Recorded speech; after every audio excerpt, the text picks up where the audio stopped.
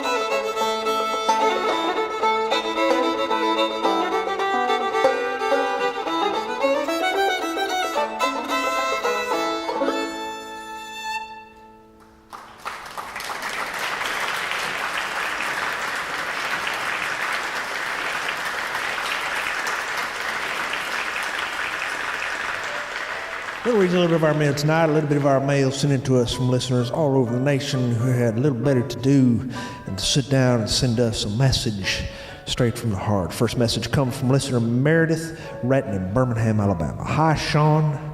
I just wanted to give you a shout out. I just wanted to give my son Michael a shout out, that is. He's away at Auburn at college.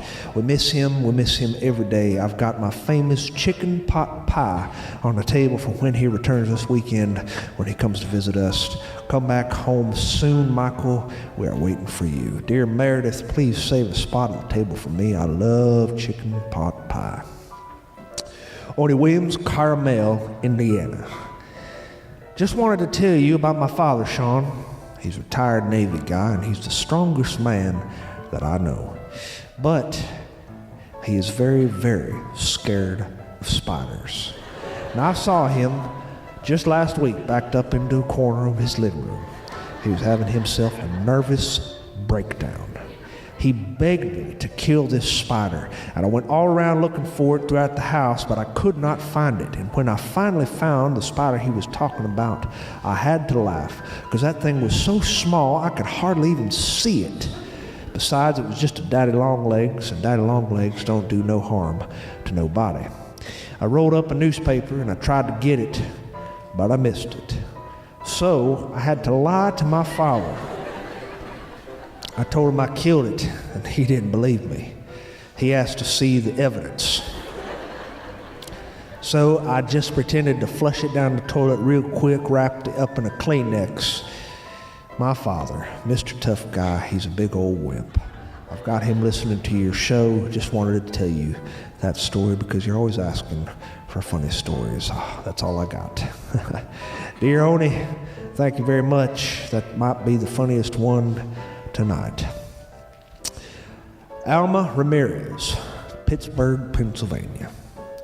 Sean, I enjoy your show each week, and I'm sending this message out to my 9-year-old niece, Blanca. She lives in Hot Springs, Arkansas, and she listens to your show faithfully. She wants to be a veterinarian when she grows up. I hope she doesn't change her mind because she loves animals and she would make a great animal doctor. Dear Alma, the world is in trouble if 9-year-olds are listening to my show on purpose. From everybody here tonight, happy 9th birthday to Blanca in Hot Springs.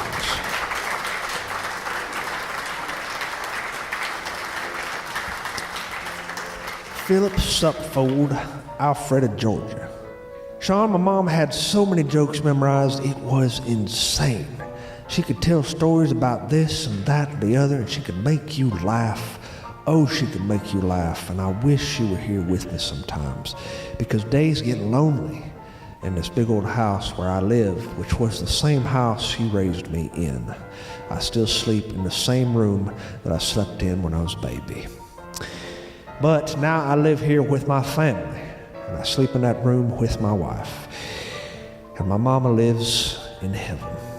I was just going to tell you I miss her spirit, I miss her stories, and I miss her jokes because they were the best, and she always made me feel like life was never as bad as we make it out to be sometimes. I don't know if people in heaven could hear you, but would you wish my mother peace? Dear Phil, you got it, brother.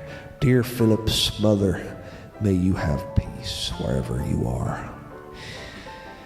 Beck Wyndham, Oklahoma City, Oklahoma. Sean, I saw an advertisement for free puppies on the side of the road. It was a sign made of poster board, written in Sharpie marker, and I really, really did not want to stop because I don't have room in my life for a dog, even though my kids don't believe that. But these puppies were St. Bernard puppies, and I don't know if you've ever seen a St. Bernard puppy, but they are the cutest things you have ever seen in your life. When we got there, the mother dog was chewing on a toy. When I got closer, I could see that it was no toy at all. It was a brick. This dog had jaws that were big enough to chew a brick in half. I told my son, no, and no, absolutely not. We are not going to have a puppy whose mother chews bricks for fun. We cannot afford a puppy. We do not need a puppy, especially one that gets this big. That was 3 years ago, Sean. And since then, that dog has chewed up every piece of molding and trim in our house and ruined every stitch of carpet on our floors. He's a St. Bernard, and we call him St. Peter. And we would not trade him for anything in the world. Anyhow, you write and you talk about dogs a lot. I thought I'd tell you about ours. Dear Beck, thank you very much. The world needs more dog stories. Johnny McConnors, Snoot, Kansas. Sean, I just met a cousin that I never knew that I had. And we met, of all places, in a bar in Joplin, Missouri. I thought she was kind of cute, and I was going to hit on her, and she's about my age. I saw her sitting listening to the band, listening to them play, and I noticed this guy that she was with. When he got up to go to the bathroom, I thought to myself, now's my chance to make her notice me. And I realized that long, long ago, we used to go to church together. And then I felt kind of bad about trying to make a pass on her. We started talking, and the more we started talking, the more I realized how familiar she seemed. And it turns out we share a lot of the same kinfolk. And now, this morning, I just figured out through talking to my mother on the phone that we are second cousins. And I feel very, very badly about my intentions. Anyway, I know this sounds weird. I know this might be something you might not want to read on your show, but it made me feel so connected, actually, to know that she was my cousin. A connection to this big world. You never know where you'll find family. Just don't try to make the moves on your family. Danny Wilmers, Athens, Georgia. Hi, Sean. My mother's almost 80 years old tomorrow. 80 years old. She's actually the one who introduced me to your show. So I just want to say, anything my 80-year-old mother loves is good indeed. So keep up the good work. From everybody here, keep up the good work. Wish my mother a happy birthday if you can. Her name is Anna, but everybody calls her Sugar for short. Dear Sugar, from everybody here tonight, happy 80th birthday.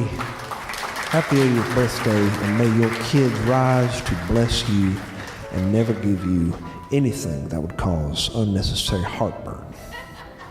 Lonnie Robertson, San Diego, California. Sean, I've never been to the South, but your show makes me want to go try it out real bad. I'm in the process of booking our Christmas break vacation to tour all the sites in Alabama, including Black History sites and sites from Selma, the Selma March. And then we're going to go to Tennessee, hopefully to get a taste of the mountains, and probably even go to Dollywood. Hopefully we'll get to try some of those down-home biscuits you always talk about. Just wanted to let you know that you have a friend here in San Diego, and if I ever meet you, I guess we could call each other cousins. Your buddy or / cousin, Lonnie. Dear Lonnie, from everybody here tonight, I think I can give you some pertinent advice. Find a joint with muddy trucks in the parking lot, and I guarantee you your chances are 9 to 1 that you will find the best daggone biscuits you have ever tasted in your life. And that's letters from our listeners. We're going to have another tune here from the Quasi Brothers, everybody. The Quasi Brothers.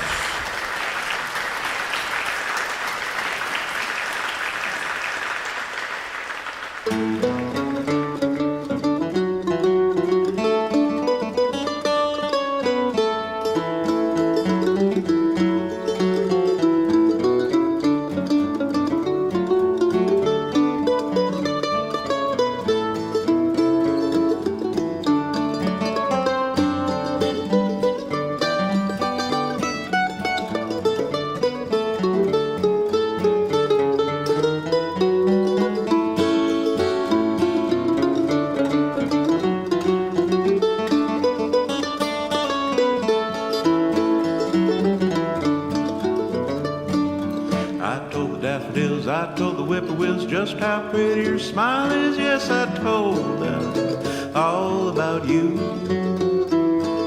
I told each little bird, every little single word that you said is worthwhile. Yes, I told them all about you.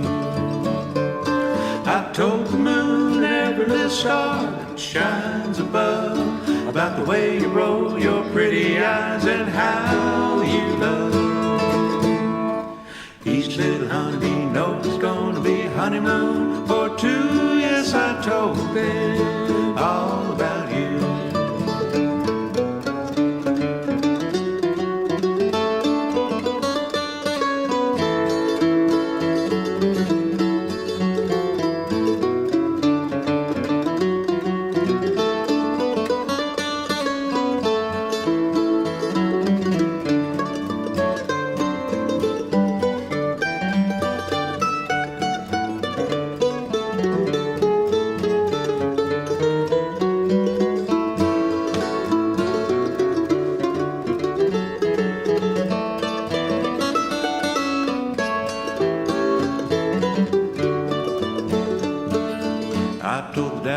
I told the whippoorwills just how pretty your smile is. Yes, I told them all about you.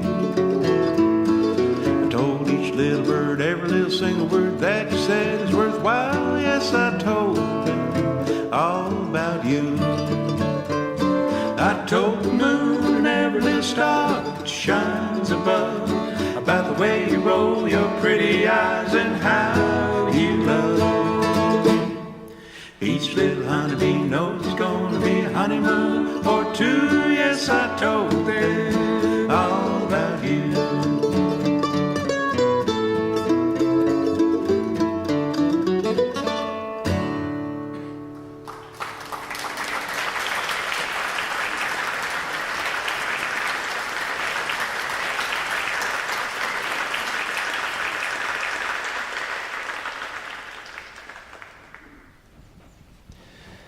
Oh, it was a lovely autumn day, a lovely autumn day. It was the kind of day that makes you just feel like your heart's been broken. It's a beautiful time of year when the glory of summer starts to fade and the beauty of autumn starts to rise. Of course, nothing is really rising. The dew is receding from the trees, which begin to lose their color. I was in Birmingham last week for a show, and Birmingham seems to have somewhat of a season.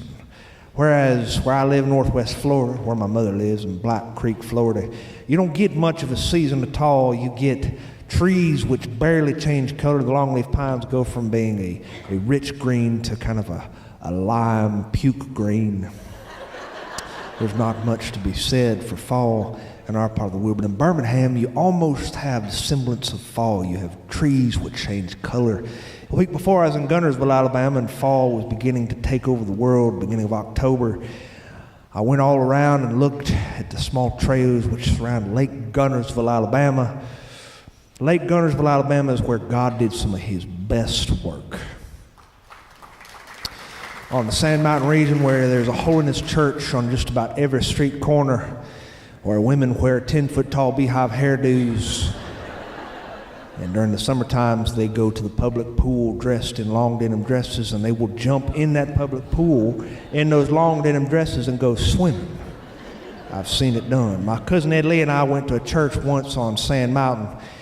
It was the kind of church that had ushers that carried these large aquariums from the back of the church all the way to the front of the church, and they set them on the altar of God. And they had these reptiles inside, snakes. And I watched an old woman walk to the front of the church, and she lifted a snake up out of that aquarium and held it toward the light and said, "I have faith, I have faith." My cousin Ed Lee had been coaxed by one of the ushers to get up there and hold one of them snakes.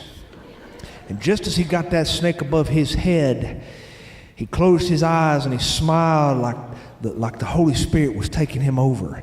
And that's when one of them snakes opened up his mouth and bared his fangs, and that snake came down onto his arm and it popped him.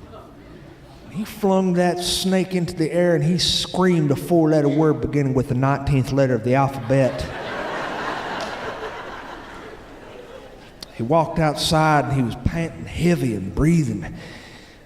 This old lady came out and she rested her hand on him. She said, "Do you believe that God can heal you?" He said, "I don't know." She said, "Well, you better, because all them snakes in that aquarium in there have been defined." And that was the last time we ever visited a Pentecostal church.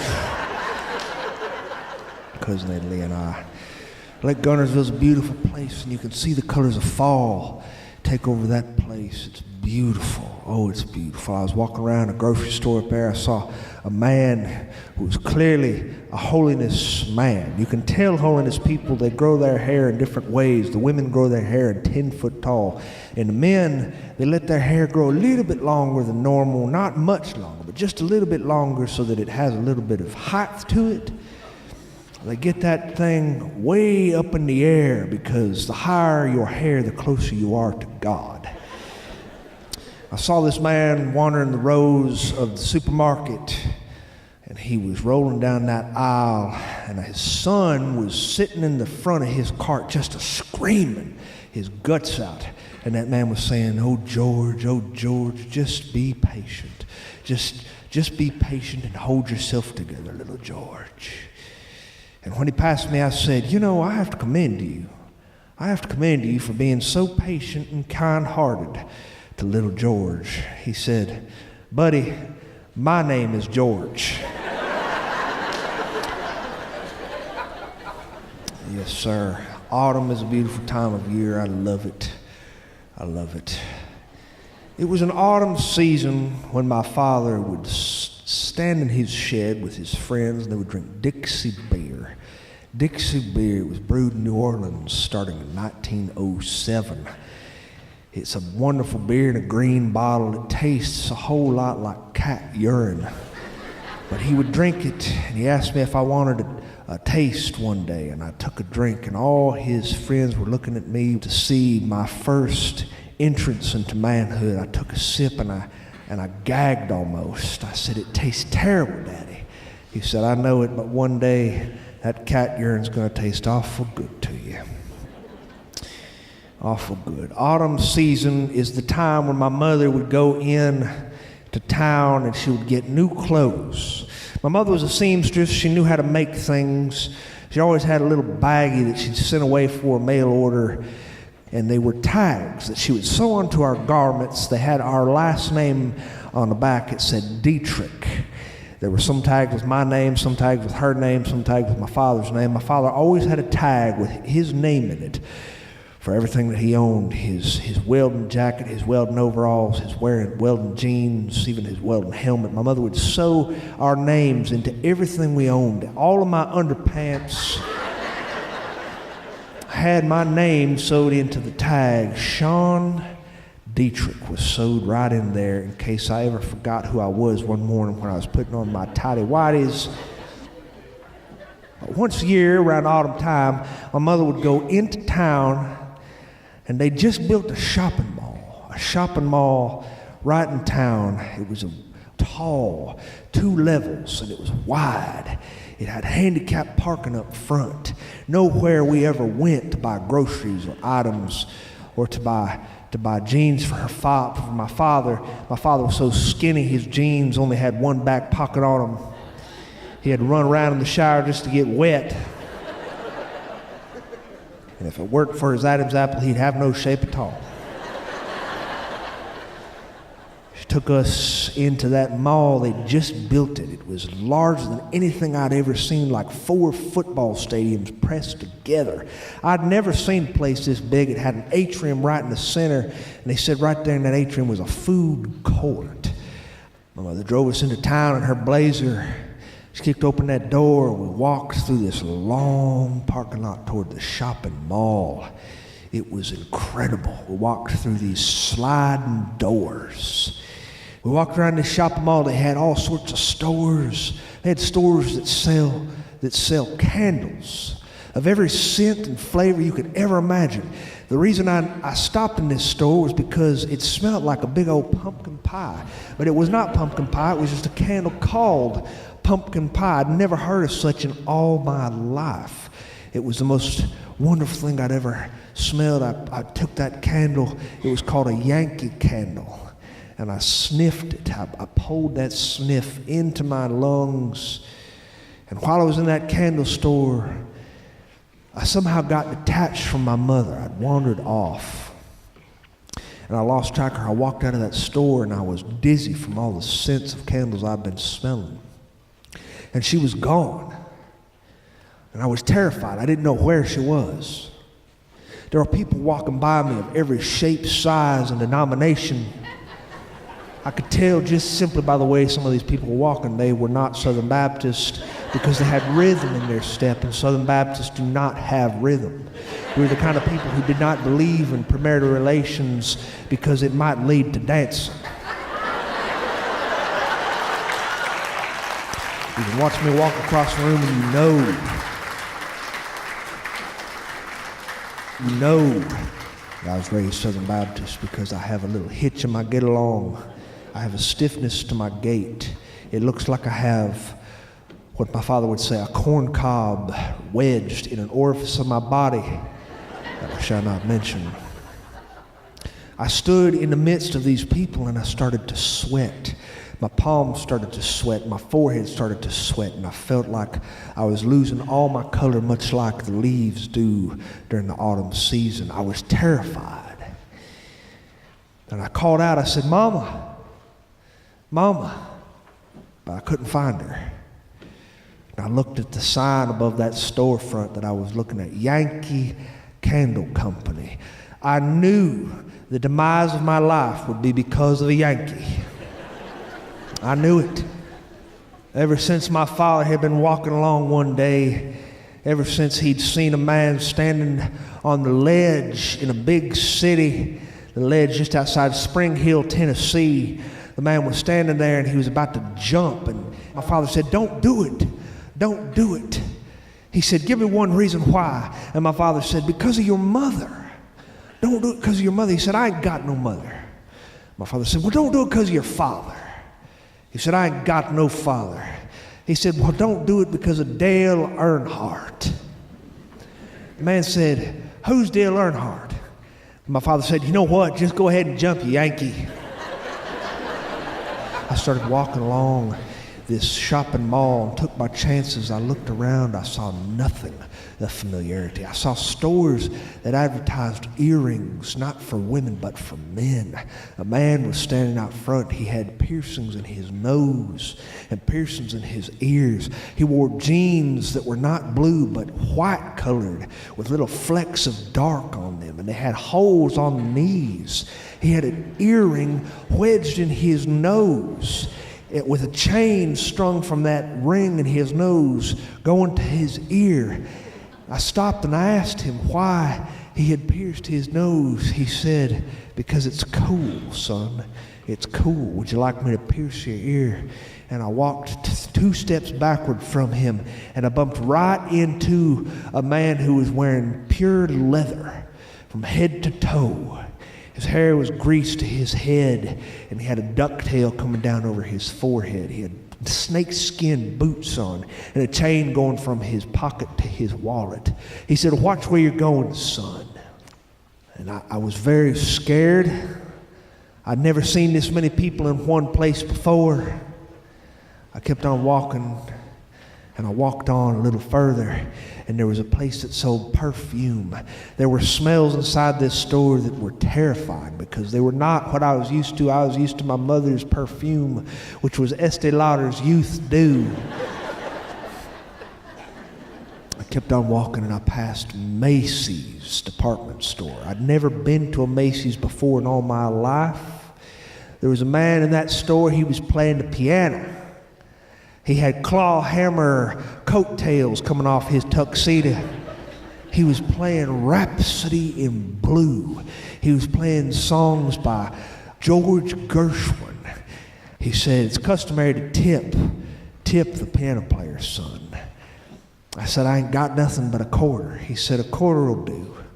And I threw a quarter in his jar, and he played something for me from a composer he said was from France called Saint-Saëns.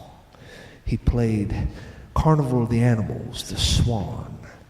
Da, da, da, da, da, da, da. Oh, you sure heard him play it. It was beautiful. It drew a small crowd of people around him. There was a man in this crowd. He stood there. He had a corduroy jacket on with patches on his sleeves. And he clapped a few times. And the man reached into his coat pocket and retrieved $2 bills, and he threw them into the man's jar. He said, "Can you play something from the Cokesbury hymnal?" And the man with the claw hammer, tuxedo jacket on, said, "Sure I can, sure I can."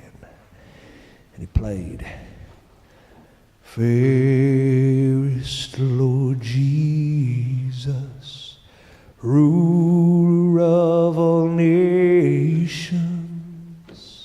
It was a gentle applause that man received, and the man in the corduroy jacket who was standing next to me, he looked about 7 foot tall. He had shoulders longer than a longhorn steer. He had faded blue jeans on. He looked like the kind of men that my father used to have fun with in his shed when they'd hold long neck bottles of Dixie beer, sweaty bottles, and they would tell outrageously untrue stories. And sometimes my father would ask me to tell a story because my father had taught me 2 or 3 good stories to tell.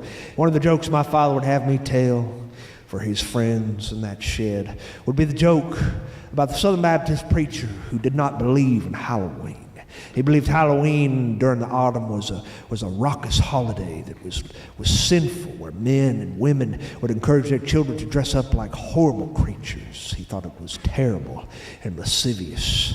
And yet one night, on Halloween night, he was coming home from a prayer meeting, and his wife had decided to give him a scare. She went to the store and she bought one of the masks that the young'uns was wearing. It was a terrible mask of Frankenstein, a horrible mask. And she hid in the bushes, and when he was coming up the sidewalk, she waited for him.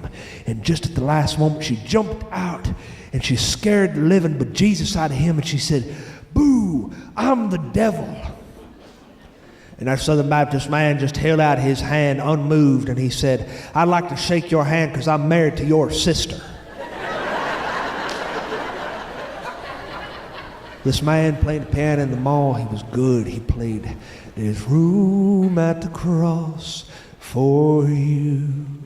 He played, "What a fellowship, what a joy divine, leaning on everlasting arms."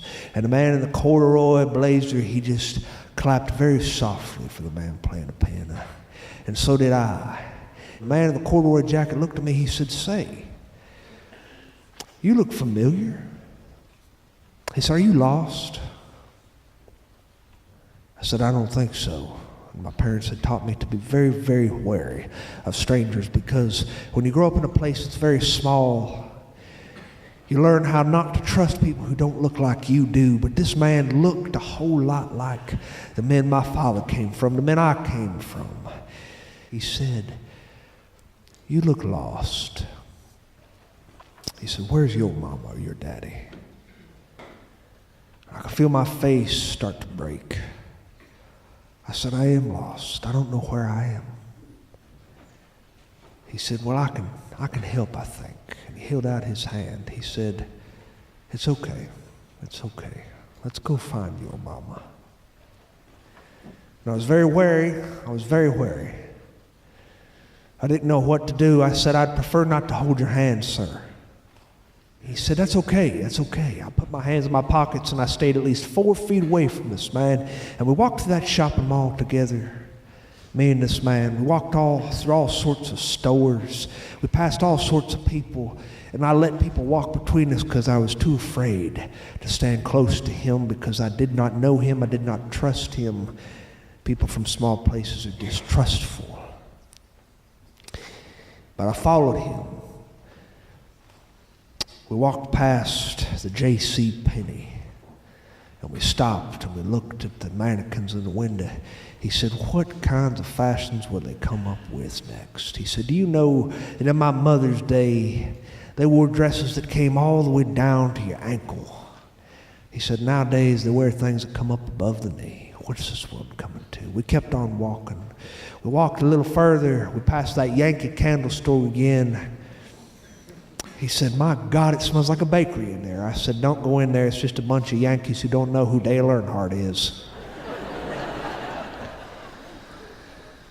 We kept on walking, and we walked into Saks Fifth Avenue. I'd never been to a store like this before. I didn't know where Fifth Avenue was and why you need a sack when you was going there. We walked through the women's department. It was the women's lingerie department. Saw a girl. She was trying on this dress that was a take-apart dress. And there was a woman, and she was with her daughter, a shapely young woman, and there was a sales lady who was with them. And she said, if you take off this bolero, the frills of this dress, it leaves you with a sun suit. And I could see this girl's legs. She had legs clear up to her neck. And I was stopped with surprise. I'd never seen that much skin before. And the sales lady unzipped something. She said, if you take off this part of the dress, it would leave you with a bathing suit. And the man with the corduroy said, Lord, I hope she don't take off anymore because it'll leave her with a lawsuit. Kept on walking through the fragrance section of Saks Fifth Avenue, and we walked through the women's clothing section and the women's lingerie section. I kept my eyes closed, walked through the male clothing section where they had the cheap neckties and the cheap jeans that my father said were the kind of jeans would fall apart if you ever put them on. My father only bought jeans from a store where you could buy welding jackets and leather gloves and pieces of rope that you could use on the job site. He did not buy designer jeans. And we finally got to a place where I saw my mother, and she was talking to a man in pressed blue clothes with a badge on, and she was crying.